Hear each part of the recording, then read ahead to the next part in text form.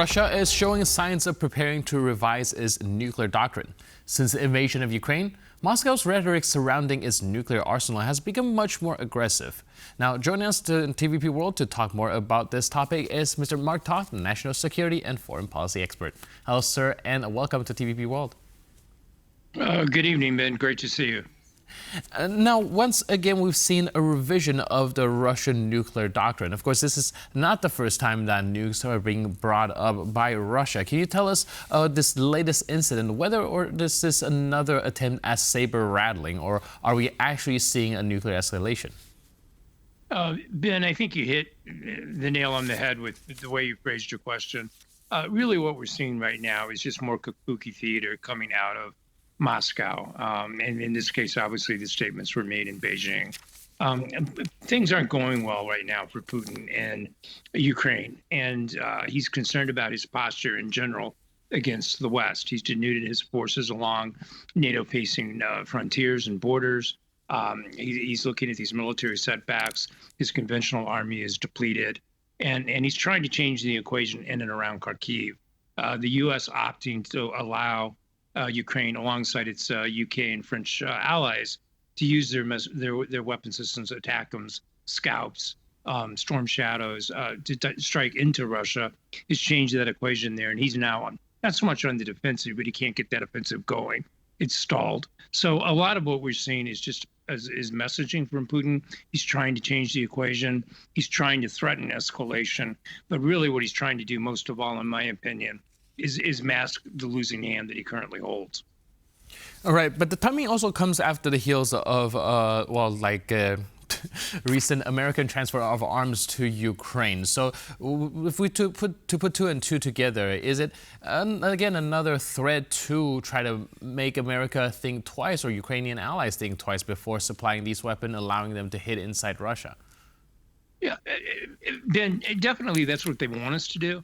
I mean, in warfare, you really have, the initial action, the reaction, and then you can play that out. And certainly Putin is reacting to this. As I just mentioned, the ATACMS, the Scalps, the Storm Shadows have had a devastating effect, not just in and around Kharkiv, but also in Crimea. And it's exposing Russia even further. For instance, their latest S-500 air defense battery, which is likely taken out by ATACMS. That's a $2.5 billion battery platform, the only one purportedly that they had that could go to the battlefield, and they just lost it. So, Putin recognizes that this hand that he holds, at least currently, is not a good one. Basically, all that he can keep doing is throwing raw conscripts into the meat grinders along the front lines, and he's getting some marginal gain out of that. But strategically, or tactically, I should say, he realizes he's going backwards. So a lot of this is simply a reaction to the action of the U.S. and its allies to allow those deep strike weapons.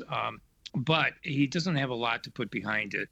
It's going to take him a while to field these new weapons that he wants to put back into production, to train the crews that could, implement and the like. So I don't see this as anything that's game changing in the immediate sense. It's certainly something to look out for in the long-term sense, short to long-term sense. All right, and speaking of reaction, I would also like to get your opinion on whether or not the presidential debate that just took place a day ago have any effect on Putin's calculation going forward, be it Biden showing signs of weakness or a possibility of a Trump presidency and a transition period where, of course, there's going to be a little bit of vacant of American power there. Do you think that there will be a reaction to what Putin just saw the day ago? Ben, that's a $10 million question. If we look to Putin in the past, I think he certainly will try to exploit it. We all saw what we saw in that debate. I watched every second of it.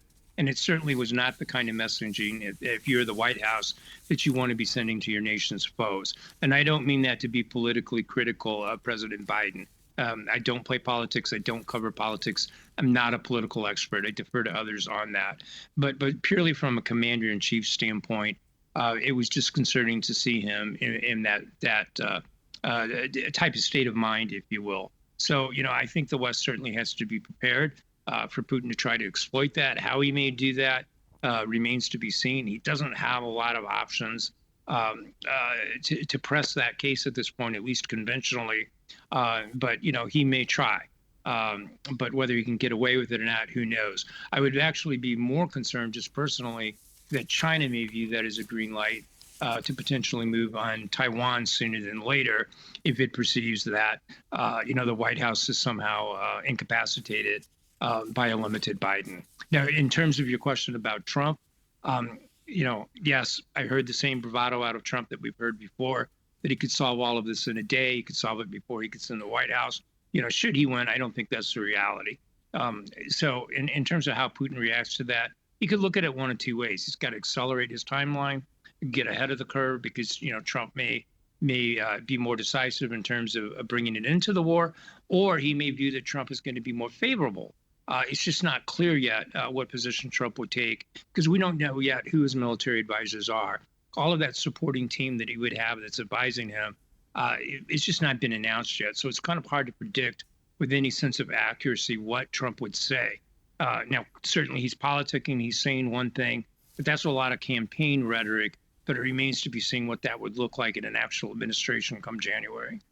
Right, and of course, when we talk about Donald Trump, it's always a very unpredictable factor, and that's probably going to also throw a wrench into any sort of calculation that anyone's trying to make at the moment. Right.